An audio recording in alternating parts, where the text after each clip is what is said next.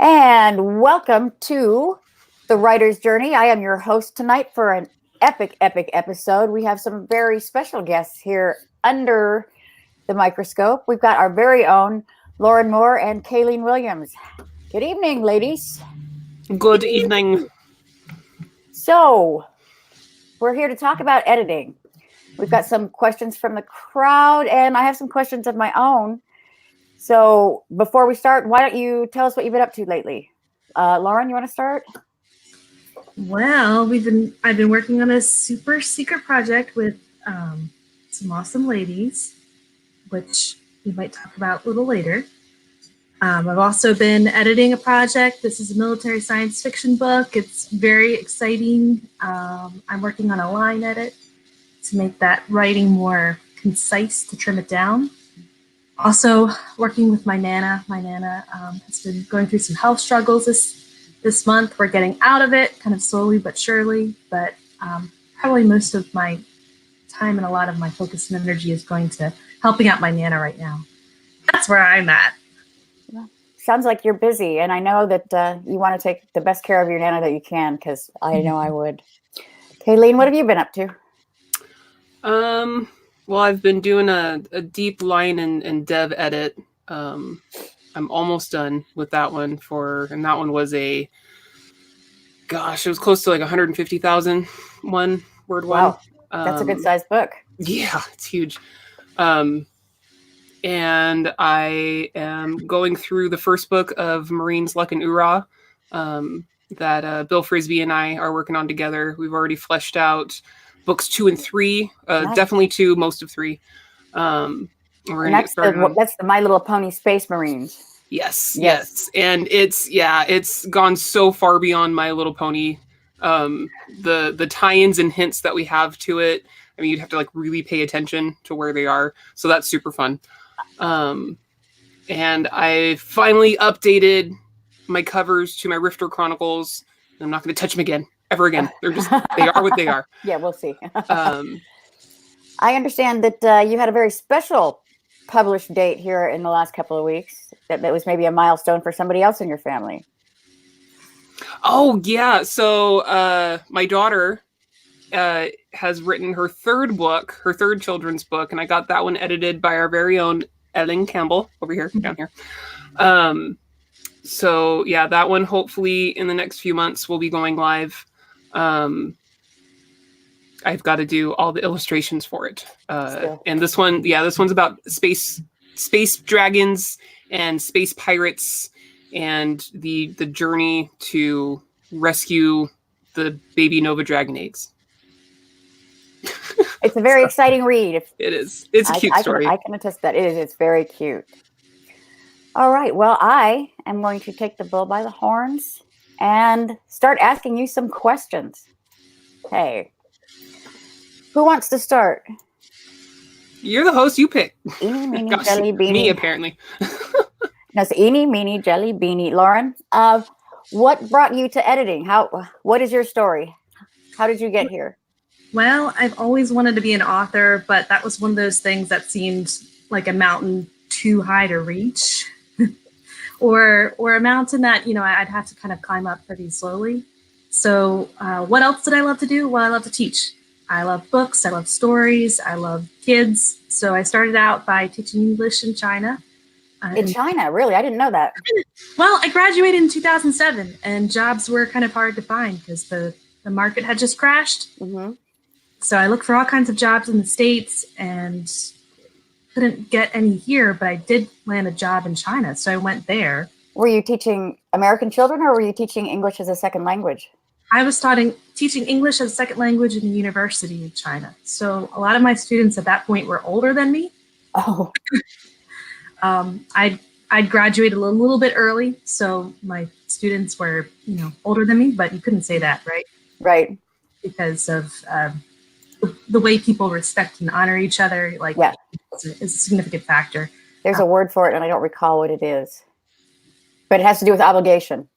Yes, exactly. Yeah. We had a good time. English grammar, English conversation, building relationships. And that was my introduction to teaching. And I took some of those skills back with me to the States, got a job teaching high school English and was there for 7 years. But And go ahead. I got to say, that makes you a warrior. I could not do that, especially not with high school kids. I mean, I would just be terrified. Well, I was too, frankly. If any of my students are watching, I was too for a few years of teaching. But again, you get to know those kids, you get to love them. And I love the material. Mm-hmm. Mark Twain, Charles Dickens, Yeah. Pride and Prejudice. I taught the stories that I loved, and I did a lot of conversation with my students. So that's what I did for 7 years. And again, the whole time, I kept on thinking, oh, this summer I'll write my book. Mm-hmm. But that summer you work on curriculum or clean the house because you have it for 9 months. Right. So next step for me was getting into editing. I thought, let's take some of those skills online. And that kind of coincided with some personal struggles in my life. I knew I needed to move away, kind of get out of the situation I was in. Mm-hmm. So since I was making money for myself on the internet, I was able to leave and come to Delaware and to come stay with my Nana, to live with her and to help her. And just the pieces of my life kind of fell into place at the same time. That's how I got into editing. But you came in the hard way. You started on Reedsy, I think, or started on Upwork. On Upwork, which is even harder. Yeah, that's. I mean, you slogged it in. So, mad props to you. That's not easy. But I didn't know anyone at that point. I didn't know any authors. I didn't know any other editors. So I wasn't sure where to start. As an English teacher, I knew I could do it. Like I knew about grammar. I knew about writing. I knew about communicating with people. But how do you break into an entire profession when you've got no name in it and you know no contacts? Upwork is where I started, and I started to just do one project at a time. And then those authors would recommend me to other people. And then I found Keystroke Medium. And I'm going to take this opportunity to share something with you guys that I actually still have. I printed it out. It was so amazing. Oh, I wish I knew what day it was. But this was it was 2018. 2018, probably 2016? July or August, maybe September. Is this 2016? No, it was 2018. Okay. 2018. Yeah. And I got a little message. Hey, Ellen, I just wanted to reach out and say hi. I almost did a couple of years ago when I first left teaching and started editing, but I chickened out. You seem so intimidating, a real professional editor with her act together. Anyway, it's been neat being in the same circles with you. Josh roped me in on the upcoming fantasy anthology as copy editor and told me that I'd be working with you and Chuck. I'm pretty stoked about that, and I'm looking forward to learning more from both of you. Have a good one. My reply, intimidated by me? I don't know if I'm flattered or appalled. I'm glad to meet you, and I'm always happy to have editor friends. And she said, girl, you don't even know. I started out on Upwork, which was awful. And when I finally made the switch to using Facebook to connect with potential clients, everyone was saying, Ellen Campbell, Ellen Campbell, Ellen Campbell. So you're definitely doing something right. Yes, definitely. And my reply was, wow. And I'm over here hiding under my desk. Yeah. Okay. The reason I said 2016 is because I went on Facebook and went into all the author groups to, okay, so if authors are my clients, I got to reach my clients. And a lot of the authors in those groups were talking about this Ellen Campbell. She had her act together. Yeah, no, they were recommending you. They were saying, famous Ellen. Find Ellen Campbell. And then Ellen Campbell. Found you in Keystroke Medium, and the things that you were saying and suggesting were on point. They were right. And I was telling myself, Lauren, you need to reach out to this Ellen Campbell. She could be your Obi-Wan. If you want to be a Jedi, she could be your Obi-Wan. But I was like I said in the note, I was intimidated. So I didn't. I guess I did it for 2 years. That's so crazy. It's an opportunity. Yeah. This just blows my mind because seriously, I'm not kidding about hiding under my desk. You don't see me for a couple of days. I'm hiding under my desk with imposter syndrome, just like everybody else, Okay. Kayleen, you're fairly new to the editing profession, but what was your journey here and what's your story? So, yeah, I started with writing and publishing, and I kind of almost fell into editing by accident. Like, I hate to say it like that, but it almost feels like by accident. Yeah. Because I was having coffee with a local author friend of mine, and she's telling me, I really want to get into fiction writing, and this was a few years ago. I really want to get into fiction writing. I don't know what I'm doing. How do you do it? And so we spent a lot of our coffee visits, just talking about her story ideas. And she's like, well, I kind of have, a manuscript. Would you want to look it over? And I'm like, yeah, absolutely. I'd love to help you. And so I looked it over, and what I gave back to her, she's like, holy bleeping balls. How much do you charge for editing? And I'm like, no, I'm not an editor. I just, those are just like my opinions on how you work the lines a little differently, how you can bring a character in a little different, switching a scene, from being so many perspectives, all the things. And she's like, why are you not charging for this? Why are you not having a business offering these services? Because you're fantastic at it.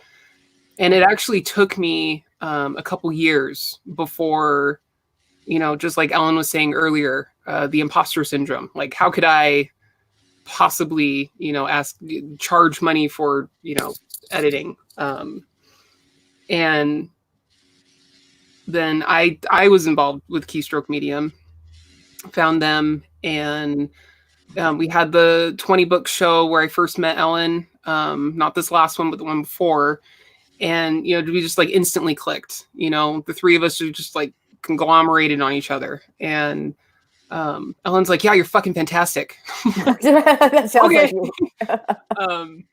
And it was really honestly Ellen and Lauren's continuous support of, yeah, why aren't you getting out there more? Why haven't you gotten out there more? And I'm just like, started putting myself out there more. And, I've helped people with from the ground, ideas of a story, and fully fleshing those out.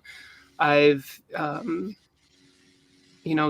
line edits and things like that. People seem to like it, so I'm continuing it.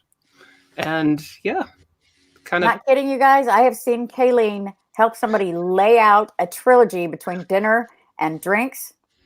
And that person pitched that trilogy to a publisher the next day and sold it. Kayleen's got the idea factory going in there. She's got a special gift. She's amazing. And that was so much fun. That story is so much fun. It really is. Kayleen, a number of times, when I was working on my novel, I totally got stuck on a scene. Wasn't sure, how these characters could get out of their situation. And I called Kayleen up. And we just talked for 2 hours and we hashed it out. And somehow you have this gift for like immediately catching on to the characters in just a few words. Like, I just have to give you a few sentences and then you know them. You know who they are. You're seeing them. You're hearing them. And guys, she would just like spin out this whole narrative, like by play, of what these characters are doing. And she's making up the scene on the spot. She's making up the chapters on the spot.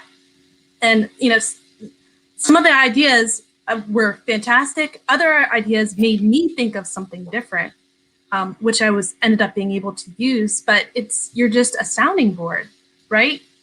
You're able to listen to what the person is saying, taking those ideas, and then what about this? What about this? What about this? And my brain starts to make connections that I would not have been able to before. I was just stuck.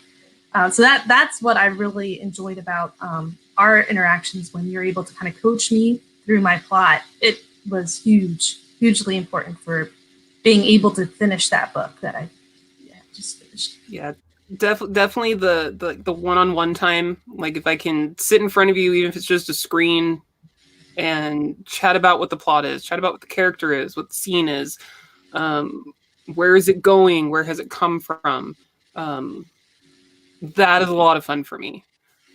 So yeah, that's me. That's you. Okay. Well, okay. What does a day in the life of an editor look like for you, Kayleen? Well, for me, I I have to be really conscious of my time, because I have my wee one. Get up in the morning, get ready, and I also have a day job. So get up in the morning, get her ready for school, go to the day job, and I am so grateful that I do have a day job that still allows me to write and edit. So I keep a hard copy calendar, and I fill out, the blocks of time for the different edits for my own personal writing, whatever it might be. And, in between helping the customers and whatnot, I'm getting the edits done. If I am not too exhausted by the end of the day, once I get her to bed, then I can be up until midnight, 2-3 o'clock in the morning, either editing or writing. If I haven't stayed up that late, then I can wake up early the next morning, and get some words and edits in, before everyone else is up. But yeah, it's really knowing the time that I need to get something done. And then I'm always allowing myself at least, 2 or 3 days extra, right, just in case, life hits the fan. Like I was not feeling well for a couple days, a couple weeks ago. And so, that was downtime that I didn't get as much done as I had planned to. But because I gave myself that flex time, it didn't impact the end point too much. So that's I know that the most days I see you when I'm getting up and you're still up, because I get up ridiculously early and we're in different time zones. So when I get up at 2, you're still up because it's only 11 at your house or whatever. Yeah. I know. Sometimes it's like 2 o'clock in the morning. She's like, "What's going on?" I'm like, "Oh, not much." She's like, "What are you still doing up?" The words. I haven't fallen asleep yet.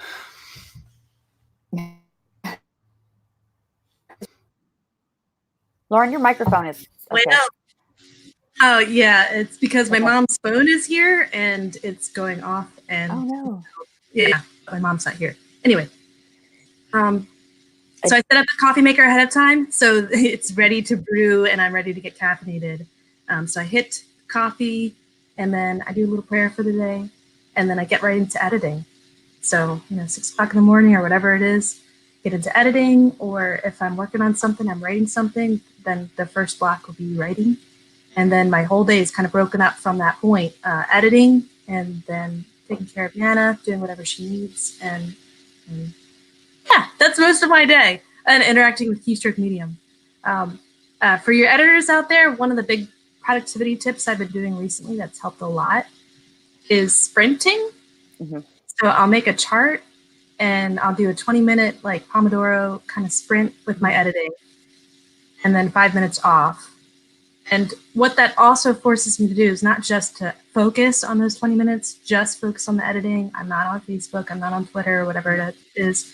I'm focused. But it's also me keeping track of how many pages I'm editing at a time. Uh-huh. Yeah. So that by the end of the project, I know exactly how much time I've spent on that project. And then I'm able to kind of assess payment. I'm also able to assess growth. Am I developing as an editor? Am I getting better? Am I becoming more productive and efficient? So that's a big tip that I've been implementing recently that I kind of wish I'd started earlier. Yeah, I've been sprinting for a while, but I just recently started tracking it. So yeah, I try to keep track of it. It's easier when I'm at home and I can do that, because at the day job, sometimes I can have a solid hour where no one comes in the store, and depending on what the manuscript at the time needs, I can get anywhere in that hour, 2 pages done if it's like a really, time cruncher one, or I can get 30 pages done. Yes. So that for me is, one of those things I can easily tell, or I should say more easily tell now, how long a particular manuscript's going to take me, based on all the ones I've done before. But yeah, no, the tracking thing, I need to figure out a way to do that at the day job so I can get a better flow with that. Anyway, Yeah. Didn't mean to interrupt you. No, get a handle on it before it gets out of hand, because I know my time management isn't the best in the world, and it doesn't help when you don't have an accurate idea when you're trying to work out your own schedule. Mm-hmm. That and Ellen will always, if you like 90% of the time, hey Ellen, I need this thing edited, and she's gonna have a mild panic attack, and she'll be like, okay. And she just keeps adding work because she's awesome and amazing like that. Yes, Ellen is editing Rick's new book. No spoilers. Okay, 1, 2, 3. The hardest thing about editing, Kayleen, is... Oh, the hardest thing about editing. Honestly, I'm gonna say the oh gosh, no. I'm gonna pass to Lauren. I gotta think about this one. Okay, Lauren, the hardest thing about editing, go. Hardest thing about editing. There's a lot of options. One is getting a feel for exactly what the author wants from you in the editing. If there's not clear communication up front, like precisely what it is they're looking for in the editing. And part of that is some authors don't know yet. They know their manuscript needs editing, but they're not exactly sure what kind. And if they haven't worked with an editor before, they're not sure what this kind of relationship can look like. Mm-hmm. So I have some authors where I'm looking at a manuscript and I'm thinking, ooh, I could really like dig my fingers into the words here and make this stronger, make it more concise, make the word choice more powerful. But some authors, they really just want to copy edit. You know, they don't want you to be rewriting their words. They just want you to fix any errors, and that's it. Mm-hmm. Simply fix the errors. But if that's not communicated up front, then that can cause, that can cause some complications. So I'd say figuring out, being able to communicate with your client, figuring out exactly what it is that they want, and then doing just that can be a challenge if it's not clear from the start. One of my favorite clients, I almost lost one of my favorite clients because I did too much the first time I edited for him. And he had already asked me to do 3 books, and he came back. He's like, you know what? Just never mind. And I was like, wait, I cannot edit you. And now I've done 9 books for him, 10 books for him. Yes. And we get along great. And he's one of my easier clients, one of my favorite clients. He's a really neat person. So I'm glad I was able to mend that relationship. Yeah, I would say now that I've thought about it, the hardest thing is when I give back that edit, that they're going to be like, run away, because I have a tendency to not hold anything back. So if you're like, yes, do a Devon line, and I'm like, are you sure? Because I will cut you. If it needs cutting, it will get cut. It will get moved. Yeah. It will get shuffled. There will be notes. There will be highlights. There will be sarcasm. Yeah. I don't really hold anything back, because if I hold something back, then I've not done the manuscript the service that I feel it needs. And I have had a couple clients where because I always do a sample edit, simply because I know edits can be so intimidating for people. Ellen, when she very first edited something of mine, she was terrified to give it back to me, and I'm like, just send it back. She's like, okay, but I'm so sorry. I'm really hard on you because I love you. And I'm like, and I open it up and I'm like, this isn't bad. No, that's better. That's better. Da, da, da. And she's like, who are you and where you came from? And this was before I became an editor. So like, I was already in the mindset of it. Yeah, that was exactly my experience. Like, I just had 2 books edited by Ellen, and I thought that it would be a pretty light edit. Since, I'd gone over the manuscript, so many times, both of them, over and over and over again. But when I got it to Ellen, she ripped it to shreds. She bled red all over it. She fixed it up, and I loved it. All she did was take my words and make them stronger. And reading through it, especially The Writing Dream, reading through that one again, I fell in love with the book all over again. I enjoyed it before, but I enjoyed it so much more reading the edits, and I wasn't offended at all. I wasn't the paragraphs that you left a comment on and told me what to fix. I knew that was right. You cut stuff out, right? You cut, like, I don't know, hundreds of words out, maybe even more, maybe thousands. You cut stuff out that, I'd taken time to put in, but every sentence out, every paragraph out made the book a lot stronger. So as an editor, I feel for my clients, and I feel like, oh no, I don't want to be harsh with them. I don't want them to be sad, that there's fixes or whatever. But as an author, I loved it. I loved all those fixes. I thought it was a fantastic experience, and I'd totally do it again. Actually, I would not publish a book without an editor, without you, hopefully. Yeah, I'm here. I don't even submit a short story to an anthology unless it goes through one of you two, period. Because and that's smart. I mean, that's an anthology submission is supposed to be as clean as you can possibly make it. It's supposed to be ready to go. You're putting your best foot forward. You're not sending something off for somebody else to develop. Yeah. And one of the things, as far as kind of going off of what you were saying, Lauren, a lot of people, they kind of, they close up because they think, oh no, they're poking at me. They're, it's a crime against who I am, but it's not. It's, if we've taken that much time to really think about, like, for me, for example, that opening scene, and then how that's leading into that next chapter. But you've got this 7th chapter down here where it's missing, the thing that you started up here. It's not all coming together. If I am taking that much time to be just as invested into those characters, into that storyline as you are, I'm not trying to say you're not good enough. No. I'm just an extra set of eyes to help you see what you couldn't see. Right. And that is, for me, one of the most important things for an editor is, they invest themselves just as much as you have. I should say a good editor invests themselves just as much as you have, for whatever level of editing that you are wanting. Guy says, I always request the editor's bloody best. Yes. Hi, Guy. Okay, well, that's a good point to segue. We're going to talk about our show sponsor. Yes. Am I reading it? Is Kayleen reading it? I'm reading it. Oh, you want to read it? Okay. I'll read it. Okay, this episode is brought to you by The Writing Dream, written by Lauren Moore with Josh Hayes and Scott Moon.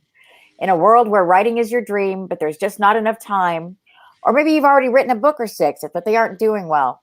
With nearly 50 million books on Amazon today, what can you do to make your book stand out? From the popular podcast Keystroke Medium Live, Josh Hayes, Scott Moon, and Lauren Moore pan the gold from hundreds of author interviews, anecdotes, tips, and advice from authors across the publishing spectrum and all over the globe. We've chosen the very best of it, time-tested and proven successful, backed up by our personal experience. Whether you can't find the time to write, you don't have a clue how to market, or you just need to fine-tune your process, there's something for you in this book. And we'll have a link to that in the show notes. Okay, and the segue that I so awkwardly threw out there is going to be, I want each of you to please tell me, what's the one thing you wish every author knew before they sent you a manuscript? Ooh. Lauren? I wrote these questions, so you'd think I would have prepared for them better. Well, one thing we say on the show a lot is that you do not send your editor the first draft. There you go. Yeah. Yeah.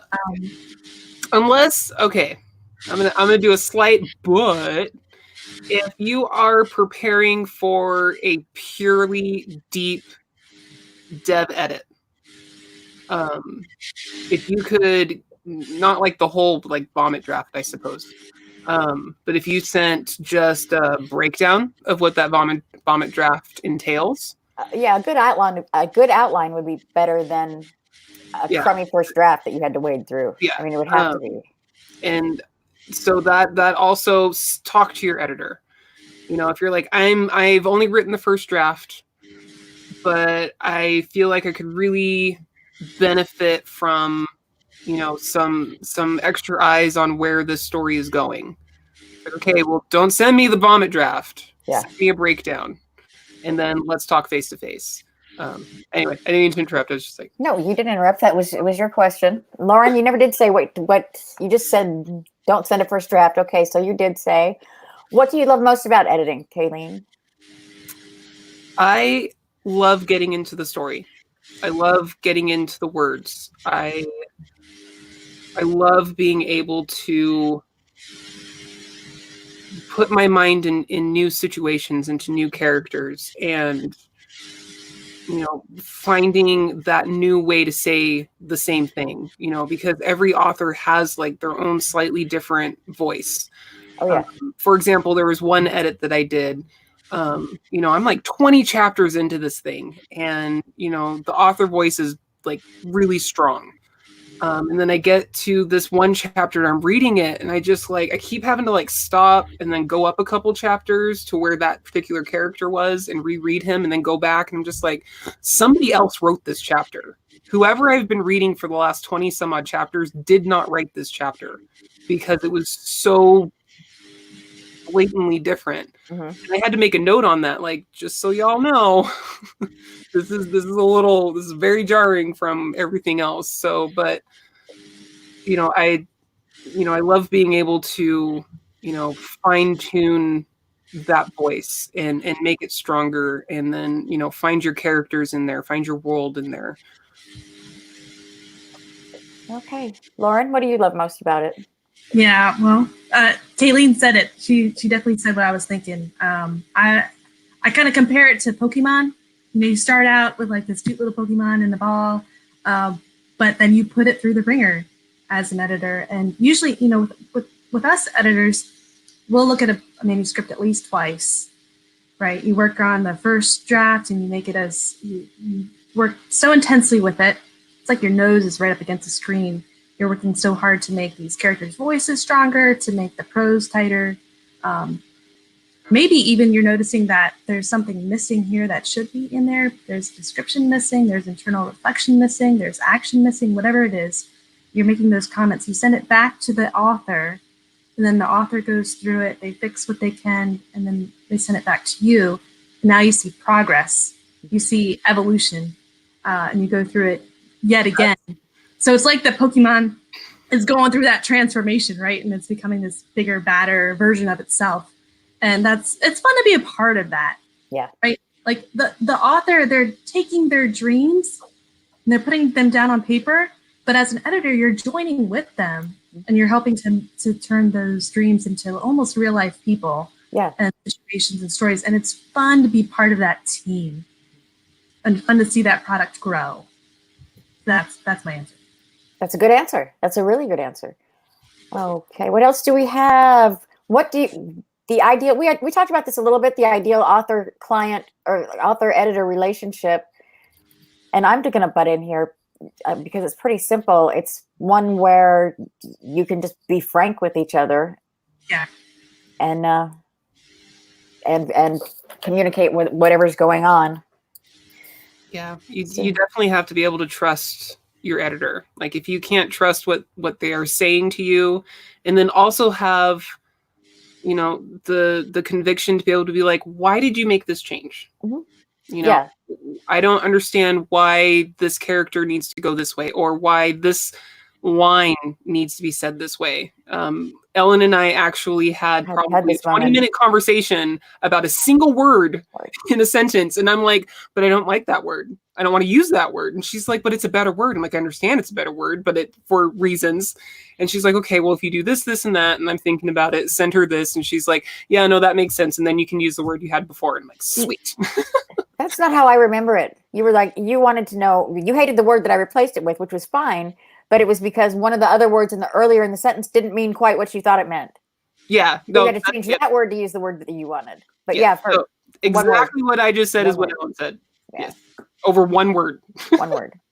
But, you have to be able to trust that if you approach your editor, with, just a single word, that they're not going to be like, fa-foom, throw the table over. And, contrary to what you may have heard, I have never flipped a table. Or cut anyone? Well, I have never flipped a table. Well, just for posterity's sake, consistently, Christy, she's chimed in on the chat, and I just want to put this out there. Thank you, Christy. Here, you should be aware that Ellen is the superior hostess. In fact, Rick Partlow adds with the mostest. Shots fired. I'm blushing. Ellen's the best. We all love her. We all love her. Okay, so we've got a couple more questions we want to get to, and then we have to address our peeps. We got to get to their questions too. Yes. Okay. Love you. What we're going to talk about is the elephant in the room that some people don't even know is in the room. So it's kind of an invisible elephant. We're going to talk about what are the different kinds of editing. What does that mean for you? Okay, we've talked a little bit tonight about developmental editing. Developmental editing is the big picture edit. It's where you find somebody to take in your whole story, break it apart, and tell you, move this scene here, and this character can't be bad, he has to be good, or whatever. It's the big picture, and it doesn't do anything at all to make your book ready to publish in terms of smoothing it over and finalizing things. So that's a developmental edit. And a line edit addresses your book on a sentence level. It style and flow, word choices, and how your paragraphs fit together. Does everything say what you think it says? And those particular issues. A copy edit. One word. A copy edit addresses spelling and grammar and punctuation. And then the final edit is going to be not edit. I just need a proofread. No, you don't. When somebody sent me a book, don't send me a first draft and tell me you just need a proofread, because it's not about money. It's about your book.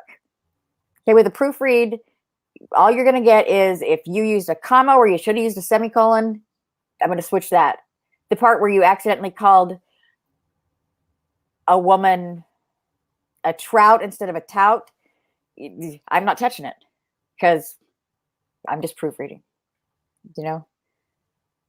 And a proofread means that someone's already given a line edit and a copy edit. It's already had those. Yeah, it's there, and it's already. The proof is ready. Amazon has sent you the proof copy. Well, not necessarily, but you get what I'm saying. It's fully ready to go up on Amazon, and now someone's giving it one last look through for any final typos. That's what a proofread is. Yeah. But this is one of my questions, Ellen. It's like a lot of authors, they're new. They just don't know. We just haven't worked with an editor before. Mm-hmm. How can you know what your book needs, what kind of edit it needs? Well, ideally, you've done some research, but your the editors that you're reaching out to should be able to tell you. They should be able to do a sample edit or a manuscript assessment and tell you, okay, there's some serious plot problems here. Maybe you need a developmental edit, and with me, I don't do that. So I'll offer a referral, or they can tell you, hey, this looks like it's a great story and ready to go.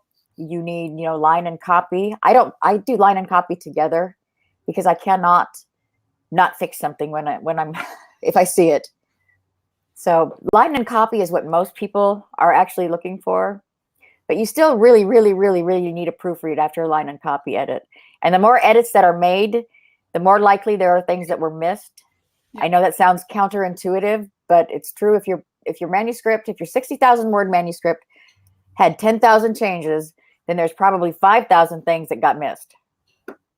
And it's the more you change, the more you miss. I don't know why. Right. Well, in the course of track changes, right? You're making track changes, and then the author, they're either clicking accept all, or they're going through each one and going, accept, reject, accept, reject. Right. And in the course of those track changes, there can be mistakes that are made. You might get double spaces between sentences. You might get a missed period. Like these things happen. Yeah, especially in track changes. I mean, you delete, this part of the sentence, add a word, starting a new sentence, but you forgot to put that period in there. Or you want two paragraphs to come together because they really need to be together. And you try to make it so that that enter space, is deleted. But if either that's not accepted or, that sometimes it creates like an extra, all sorts of wonky things happen, but please have a proof. Yeah. You definitely want to proofread after an edit and before you publish, because there's always going to be something. Yeah. I know Michael Bunker. Michael, he's so funny. I don't even remember which book this was. It might have been Brother Frankenstein. I pulled him up on Messenger and I was like, dude, seriously, here's like 10 things. And he's like, oh, it's always at least 10 things. Thanks, Ellen. No matter how many people read it, there's always something. And you're going to find that's true even in traditional published books.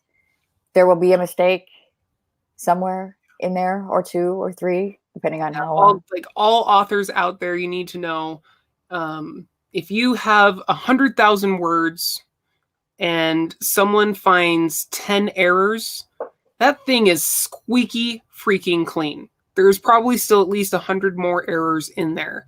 And that's a really good ratio. That's like, thing is glowing, sparkly, shooting fireworks off its butt. I don't know. Yeah. But I mean, like, there was a trad published book that I had read, and it's going through this scene. And all of a sudden, halfway through the scene, there's two characters talking. One of the other characters is suddenly the one talking. So at some point throughout the process of writing the story, that character was in that scene and they decided to take him out. Right.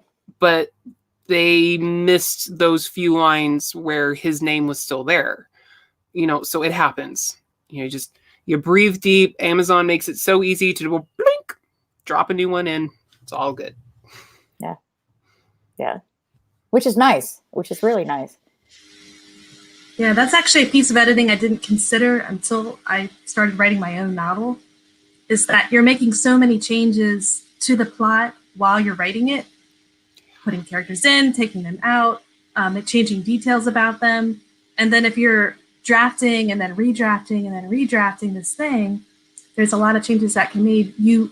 I was unable to spot the things that had the things in the plot and the things in the science and the things in the setting that had changed. I needed to have an outside pair of eyes to read it.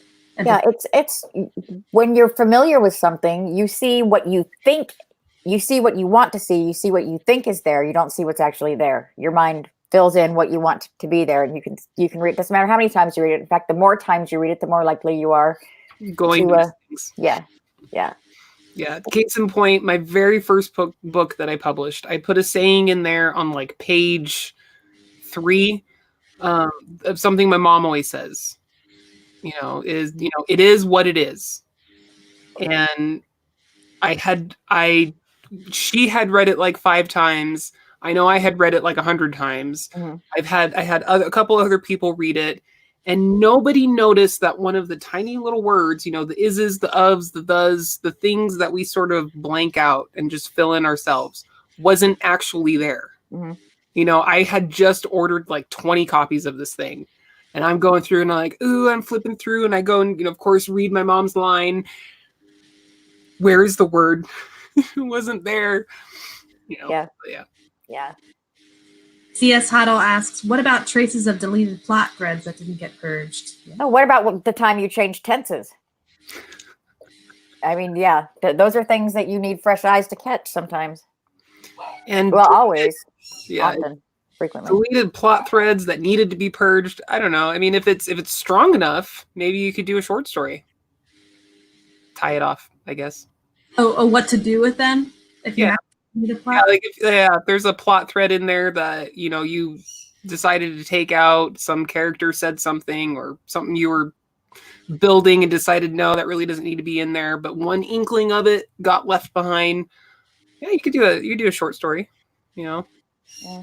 Here's a tip from Guy Anthony DeMarco. I also suggest that folks use ignore all for their weird character names so the actual misspellings are caught. Yeah. I add them to my dictionary. Yeah, I was just going to say that. As an editor, especially in fantasies and then those alien races and sci-fis, when you're getting a manuscript and they have Tlonka and Fogia, you know, whatever the name is, you need to add that to your dictionary because, you know, especially they're going to spell it wrong. I mean, they're already weird spellings. If you don't add it to the dictionary exactly how it's supposed to be, then how are you supposed to, like, you know, visually be able to recognize, oh, the I and the E are flipped? Or this is lowercase and should be uppercase. And besides, that K is silent. Another tip, Rick Partlow says a read aloud app helps with that. Helps if you actually accidentally have a double word or a missed word, then hearing it read aloud can help you to catch that. I'm tempted to say all, but I'm not going to because somebody will tell me why I'm wrong. But most word processing programs do have a native spell check and some kind of rudimentary grammar check. And there's no reason why you can't run those. They're there. And they may not always be right. They may only be right one time out of 10. But if they found 10 errors while showing you 100, that's 10 errors that you didn't leave in your book. Yeah. So always be smarter than the program. Well, yeah, you try. I mean, I say nasty things about Word all the time, but the truth is it's an amazing, amazing tool. So speaking about programs, say, like, you know for a fact editors are out of your budget. They just are. What can you do to get your manuscript edited, because it needs it, on the cheap, on a budget? Well, you can, like, join writers groups and do critiques with other people. See if you can draft some beta readers, but there's a lot of good and a lot of bad that comes with beta reading, and I advise you to do it, but I'm not going to advise you to do it either. Save your money. Save your money, write the next 2 books in the series, and like save your allowance and get an editor. See if an editor will take payments from you. Yeah. And you wanted me to say something about programs. I'm not crazy about Grammarly. If you're going to use one of the editing programs, I would go with Pro Writing Aid. And a lot of really cool tools in there that you can use. That thing is a beast of a lot of stuff. Yeah. Grammarly is going to give you a whole lot of and brain fart. Grammarly is going to give you a whole lot of passive voice suggestions. You know, this is passive voice. No, it's not. Go away. You know, there was this one time with Grammarly, and I don't think I've ever used it since this instance because it pissed me off. So I'm in there, and it's like, you probably shouldn't have this comma, and I'm like, okay, I'm not tied to that particular comma, so delete it. You should probably have a comma here. Yes, it just told me to delete it, so I put it back in. This does not need a comma. Okay, what is wrong with you? Make up your mind. So yeah. But yeah, if you're going to use an editing program, Pro Writing Aid is both cheaper and more effective than Grammarly.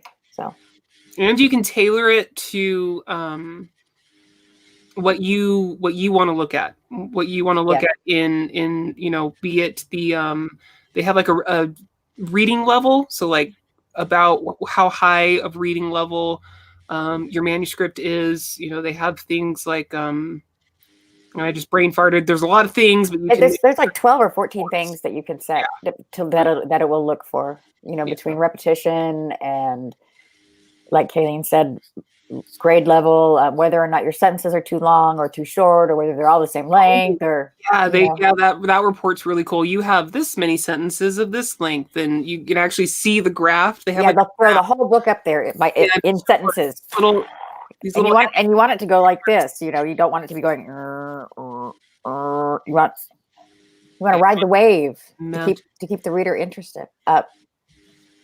I do like the idea of swapping manuscripts with another author, particularly someone in your genre. I like it because you can get that other author's feedback on your manuscript, which is important for catching those like missing plot threads or inconsistencies. But also, as the former English teacher, who sneakily tries to sneak in education every chance she gets, I've learned so much about writing and the writing craft by editing. Yeah. Like I see what Nick Cole does in his writing, and I think that's so cool. I want to do that. It gives me ideas. I see how Jason Anspach brings in dialogue. It's so lifelike that I'm sure he's getting ideas from life, or they're picking up stuff from movies that are just fun. So I pick up like all these fun tips from the people that I'm reading, the people that I'm editing, and then I take that into books I get from the library and I'm reading for fun, Jurassic Park, whatever it is, and I'm getting ideas that I'm using in my writing.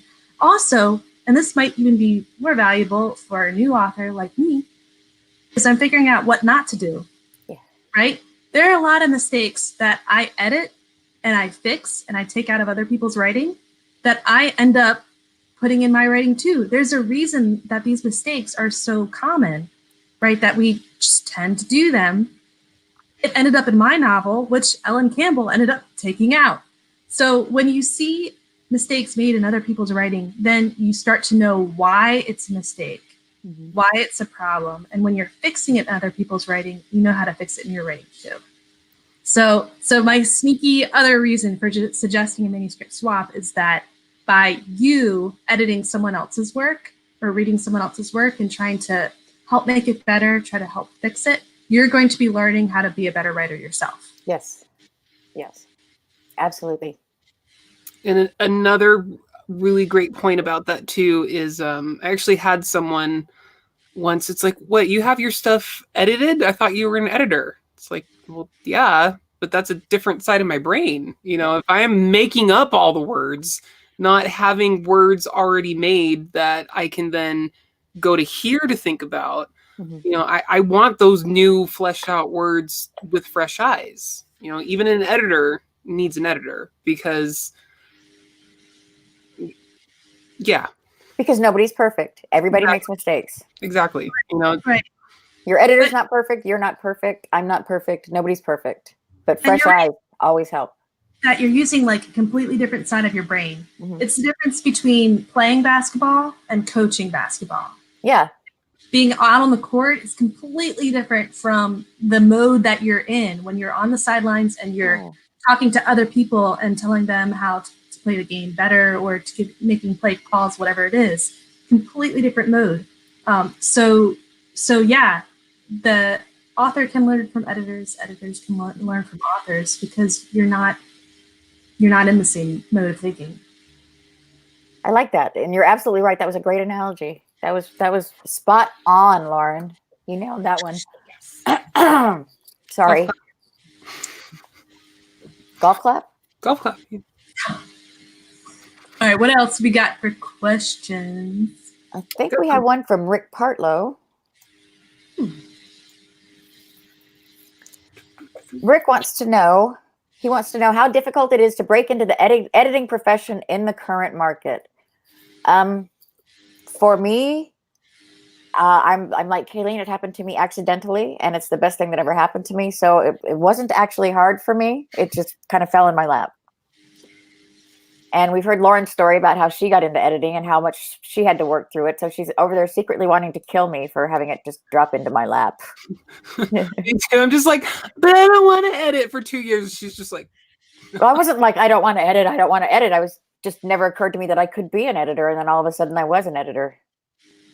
So. Yeah, it's as hard as getting another author to give you a shot editing their manuscript. Yeah, there you go. Whatever it takes to do that, that's what it takes to be an editor.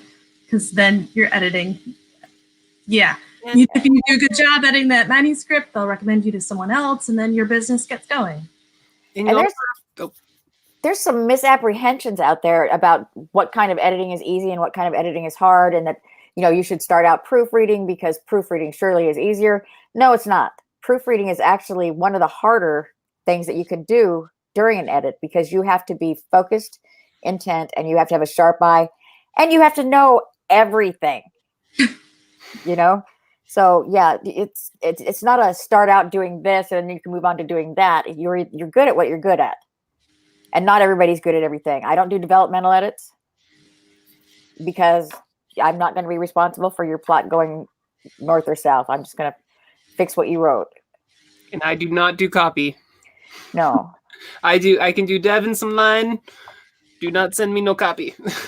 All right, Guy's another author editor, so he knows his stuff. He points out editors are not rewriters, so don't be a silent co-author.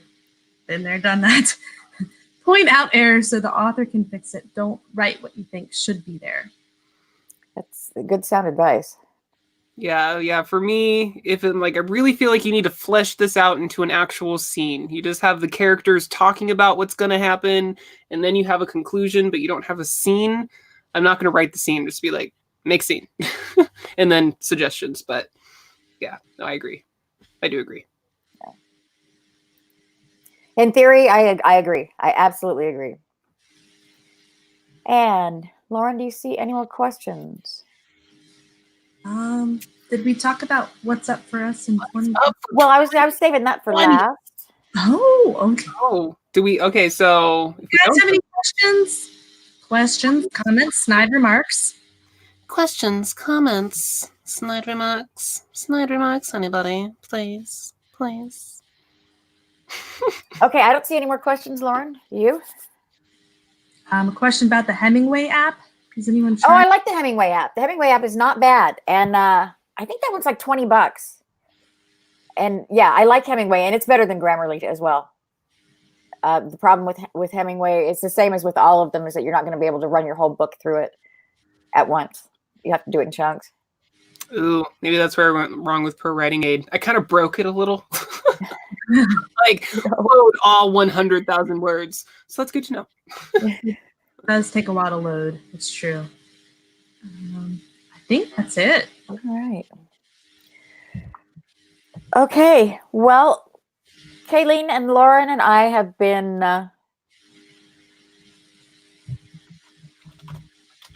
we're a spiritually, actually, Kayleen and I are actually related genetically. We have, so we just call it a cousin relationship.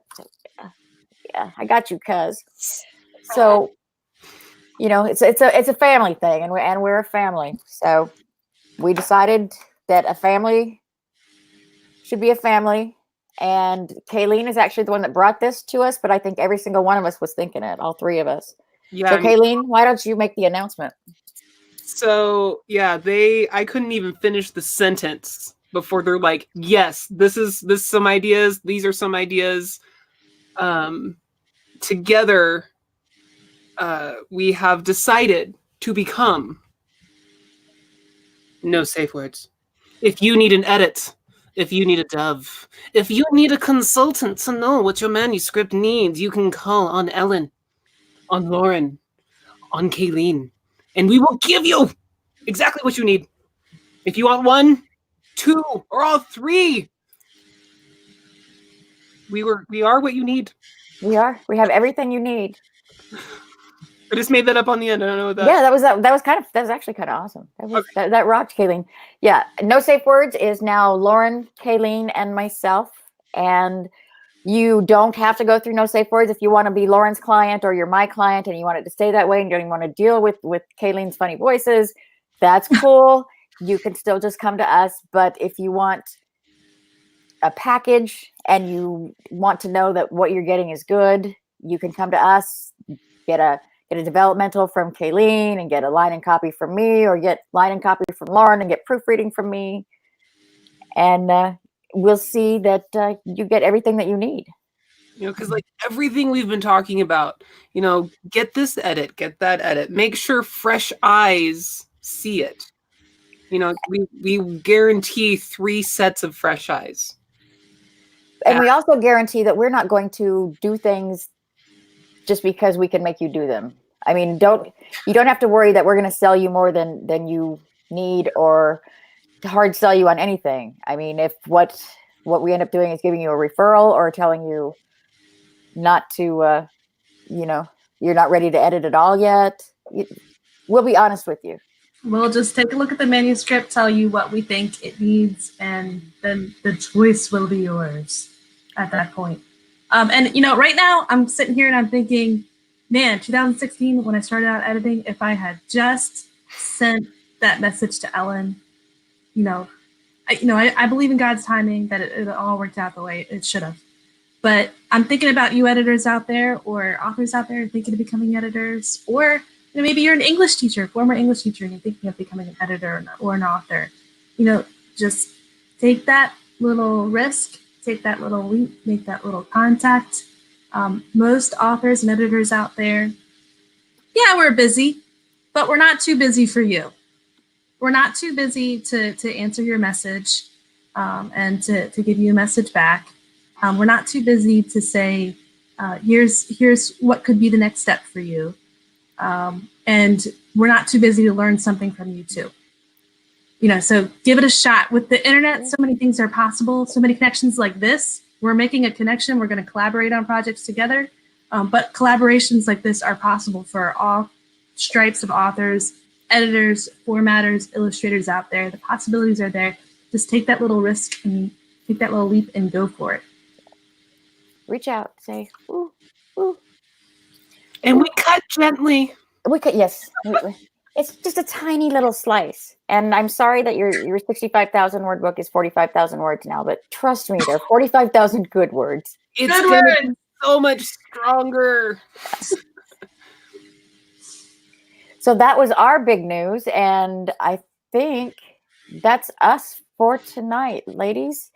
Thank you for allowing me to host your show, because I know your show is a lot more popular than mine. I wouldn't have let me host it. Ellen, you're amazing. We love you, and we love that you came here to host with us and make no safe word. Oh wait, no, I gotta stand up more. Oh no, here we go. Wait. No safe words. No safe words. Ellen's the brains behind everything. I'm the brains and the cranky, or something. Okay, that's Keystroke Medium is over, and I stuck a link that should take you to our temporary page if you want to go check out what we're doing and what we offer. Bye-bye. Bye, guys. Bye.